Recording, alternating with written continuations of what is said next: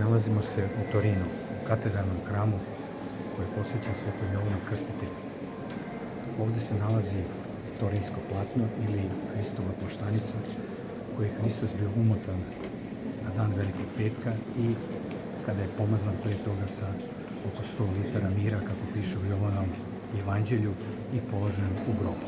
Naime, Hristos je razapet u 3. čas dana, 3. čas od izlaska sunca, jevrejski 9. čas.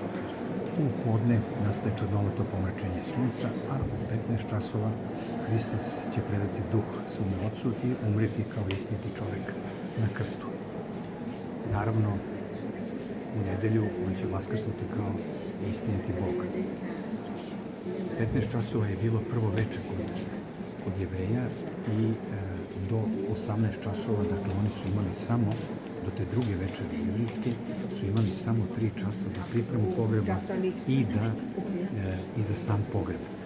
Pomazali su ga tada sa 100 litara mira, kako čitamo u Jovanovom evanđelju, i uveli ovo platno u poštanicu i položili u grob.